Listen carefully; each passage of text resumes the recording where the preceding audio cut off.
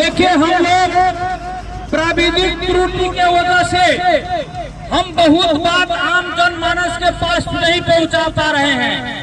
ये अगर sound service यहाँ ऊपर लगी होती तो मुझे लगता है यहाँ 5,000 लोग मौजूद है। हमारी विचार को सब कोई समझते। हम कहते हैं विचार के पीछे भीड़ होता है, भीड़ के पीछे विचार नहीं होता है। इसलिए हमारा विचार सबल है, उत्तम है। इसलिए हम इस गौर घटना को पर्दाफाश करेंगे। दोषी को निर्दोषी को एक भंडाफोड़ होगा। आप निश्चित हो जाइए। कोई समझता होगा कि घटना कैसे हुआ। ठीक है, सम्मानित सर्वोच्च अदालत के परमादेश को हम सम्मान करते हैं। जसपा नेपाल कानूनी राज में कानून को मानती है, परमादेश को सम्मान करती है, लेकिन राजनीतिक प्रतिशोध का मुद्दा बना तो प्रहरी प्रशासन से लेकर सीडीओ हमारी ताकत को नहीं रोक सकती है। हमारी ताकत आगे बढ़ेगी। हम कहते हैं परमादेश में निर्दोष नहीं फंसना चाहिए। सवाल इस बात को होता है, आज कहते हैं कि गौर में उपेंद्र यादव लगाए 130 लोगों का अनुसंधान करने हेतु फरमान जारी हुआ है। फरमान, उस आदेश को, उस परमादेश को हम लोग सम्मान करते हैं। हम अनुसंधान में सहयोग करेंगे, लेकिन गौर घटना के सच्चा नायक, गौर घटना के सच्चा नायक आप लोग सब कोई जानते हैं। जब एक घटना 2063 थी, 12वां महीना 7 गते को हुई, तो 8 गते को तत्कालीन पाटन के न्यायाधीश हरिप्रसाद घिमरे जी के संजोगत में एक छानबीन आयोग बनी गई थी। उस छानबीन आयोग का प्रतिवेदन कहा गया। तत्कालीन आपके सर्वोच्च अदालत के न्यायाधीश खीलराज रजनी जी के संयोजकत्व में एक छानबीन आयोग गठन की गई थी। उस छानबीन आयोग का प्रतिवेदन कहाँ गायब हो गया। हम मानते राष्ट्रीय मानवाधिकार आयोग का 3 वर्ष पहले आयोग ने प्रतिवेदन सार्वजनिक किया। वो प्रतिवेदन कहाँ गायब हो गया, हमको बताए। लाल आयोग का प्रतिवेदन कहाँ है, बताइए। राष्ट्रीय मानवाधिकार आयोग ने तो सीधे तौर पर नामे कीटान करके कहा है, किसी व्यक्ति को हठवादिता, अहंकार, उनके व्यक्तिगत राजनीति वर्चस्व का नतीजा राजघाट के आम जनताओं ने माओवादी का जादती का प्रतिकार किया है। कोई नेता नहीं, आम जनता का प्रतिकार है। एक प्रतिवेदन में उल्लेख किया गया है। क्या ये झूठ बात है? झूठ बात नहीं है।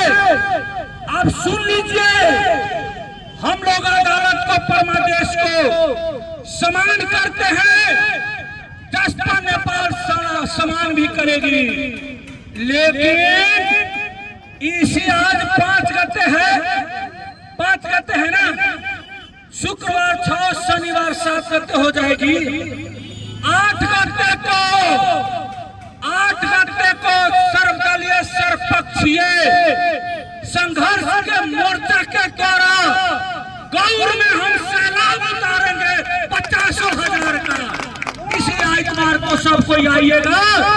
चुलिया निवार न्योता सबके, चुलिया निवार जितना रौतहट के लोग बारन सबके चुलिया निवार न्योता। हम निर्दोष के फांसे न दे। दोषी के ऊपर कानूनी अनुसंधान होगा। राजनीतिक प्रतिशोध साधे के लिए उपेंद्र यादव लगा यहाँ के नेता सबके नाम कीटान कर करके धैले बा। अरे कौन सी बात है भैया, 130 आदमी में हम नाम देखे हैं, किसी का नाम शुद्ध नहीं है, किसी का ठेकाना शुद्ध नहीं है। बहुत लोग का मृत्यु हो गया है। एसपी साहब कहाँ कहाँ खोजेंगे, इस सीडीओ साहब किस किस से खोजवाएंगे? अरे कहाँ है? बहुत लोग का मृत्यु हो गया है, बहुत लोग का नाम है हर्षिकार, तो उसमें लिखा हुआ है दीर्घिकार। घर है राजदेवी तो लिखा हुआ है राजवाड़ा। ये कहाँ खोजने जाइएगा?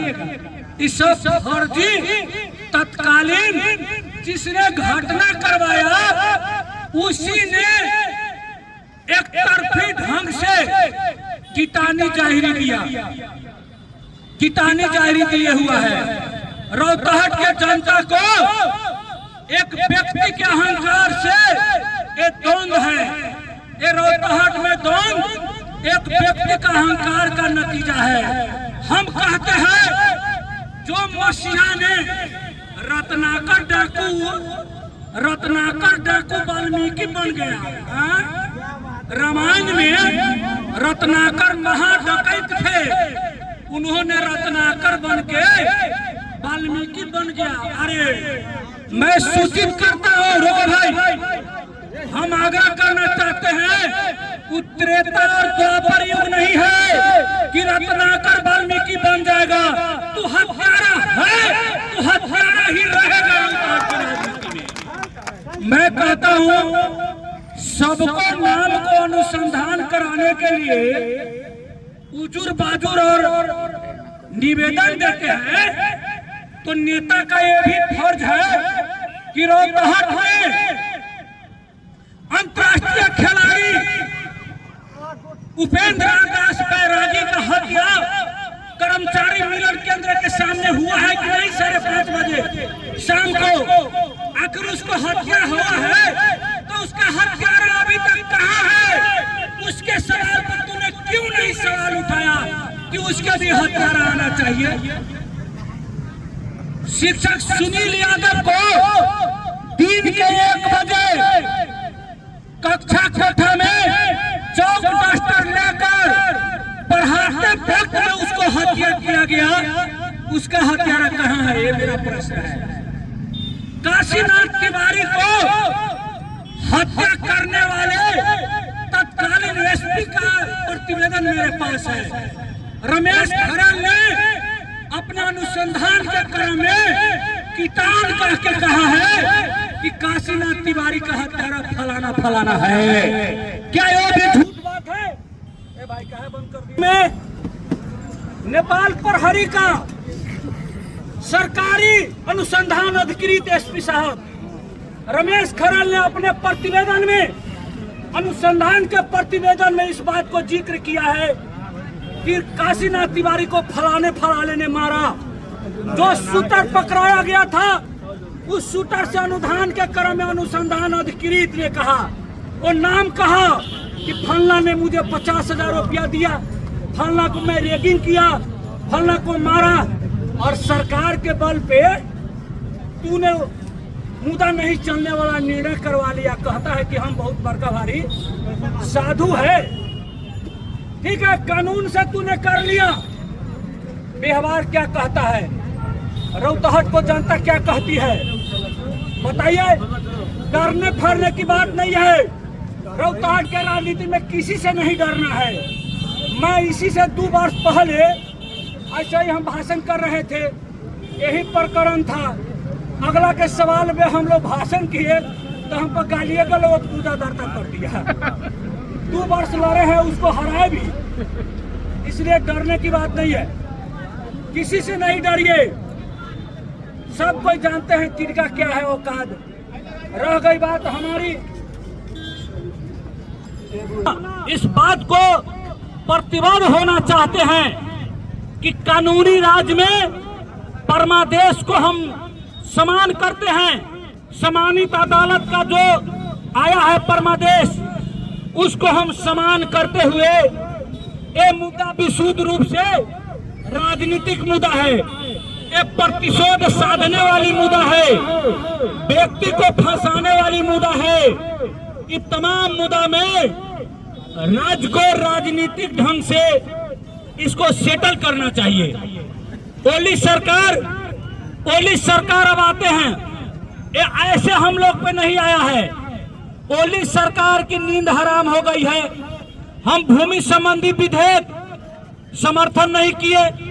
उपेंद्र जी भूमि संबंधी विधेयक के सवाल पे विरोध करते रहा, तो जो विरोध करेगा उसको इसी तरह लपेटेगा, जो कुकर्म में साथ देगा उसको प्रमोशन करेगा।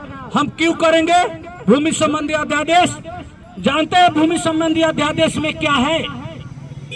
3 लाख, सुनिए हमारे बात को, 3,75,000 घर बस्ती पूर्व के झापा से लेके महाकाली के जो हाईवे गया है, सुन लीजिए ये बहुत बड़ी बात है। 3,75,000 बस्ती झापा के मेची पुल से महाकाली पुल तक जो ये हाईवे गई है, उसके इर्द गिर्द में अवैध ढंग से घर बना के बैठा है। भूमि संबंधी अध्यादेश पास हो गई तो 3,75,000 लोगों को सरकार ये चूरे रेंज का जंगल काट के बस्ती के लिए लाल पुर्जा बनाएगा और मधेश मरुभूमि रेगिस्तान बनेगा। बालू खाइएगा मधेशिया लोग, क्या बालू खाइएगा? इसीलिए हम लोगों ने भूमि संबंधी अध्यादेश में शामिल नहीं हुए। हमारी बहुमत से राष्ट्रीय सभा में भूमि संबंधी अध्यादेश फेल हो गई हमारी असमर्थन से। उतना ही नहीं, मधेश तराई चाहे किसी भी वार्ड में अगर गुठी का या आपके सरकार का अड़ती परती जमीन है तो जब चाहेगा वो राज्य किसी को बैठा देगा। बड़का बड़का इन्वेस्टर, लगानी करता, बड़का बड़का भूमि माफिया सरकार को लाखों करोड़ों रुपया ये दे दिए हुआ है। काहे के लिए? उसको पास कराने के लिए। जसपा नेपाल उपेंद्र यादव ने इस बात को नहीं माना तो लपेटा सपेटा काम करना शुरू कर दिया। इतना जल्दबाजी में इस देश में बताइए तो ओली का कांग्रेस का पतन साफ है। पहाड़ से लेकर हिमाल तक के लोग जाग चुका है। हिमाल में रहने वाले रवि लामेछाने को एगो में जमानत होता है, ताले इंस्पेक्टर खड़ा रहता है हथकड़ी लगाने के लिए। दूर मरते हैं, ऐसे कहीं होता है? देश माफिया लोग गृह मंत्री है। आपके एयरपोर्ट में दैनिक 50 लाख रुपया उठाता था। आपके एक भूटानी, नकली भूटानी बना के देशे को बेचने वाले लोग रोड पे खुलेआम घूम रहा है। टी बंदूक कांड है, ललिता निवास कांड है, कितना कांड को कहिएगा भैया? ये सारे लोग घूम रहा है और रवि लामेछाने को पकड़ पकड़ के भीतर रख रहा है। इस बालन को काठमांडू को थोड़ा हांगकांग बनाने को सोचा, उसको लफड़ा लगा दिया, बोर्डे में अल्पमत बना दिया, उसको भी परेशान कर दिया। उपेंद्र जी जब नहीं किसी से झुके, उपेंद्र जी अपने अडान को रखे, वो तो बड़े चट्टान जैसे लोग हैं। आज हमको बताइए मधेश ने क्या नहीं पाया? अरे आप निश्चित रहिए, 10 वर्ष की खेल है, नहीं तो 10 वर्ष के बाद किसी भी आप प्रहरी कार्यालय में जाइएगा, जिला प्रहरी कार्यालय में, तो मधेशिया का बेटा एसपी और डीएसपी रहबे करेगा। आप लिख के रख लीजिए, कि आरक्षण कोटा में चमार का बेटा, मुसलमान का बेटा, पासवान का बेटा, धोबी यादव झा का बेटा, मधेसी कोटा, मुस्लिम कोटा, दलित कोटा, जनजाति कोटा में भट्टाभट असही में जा रहा है। तो 10 वर्ष में वो असही का होगा भैया? 10-15 वर्ष में तो वो असही डीएसपी तो होबे करेगा, एसपी तो होबे करेगा ना। तो दलित का बेटा, मुसहर का बेटा, मधेसी का बेटा, मुसलमान का बेटा इस देश के एसपी सीडीओ कार्यालय में प्रमुख बन के रहेगा। मधेश आंदोलन के देन से इस जिला में 5 न्यायाधीश हुई है। 5 न्यायाधीश, रामानंद यादव, नवल किशोर यादव, किरण गुप्ता, आदर्श सहनी, प्रिंस यादव। अब भरकर 2 दिन पहले एगो मुसलमान जाति के बेटी हमारी कानूनी अधिकृत में सिरसिया के निकाली है, वो न्यायाधीश बनेगा कि नहीं बनेगा बताइए? यही ना हमारी मांग है। मधेश इसलिए अपनी राजनीतिक संघर्ष के राह पर है। अभी रेडियो काम नहीं कर रहा है भाई, हमको थकान हो गया, छोड़ दीजिए।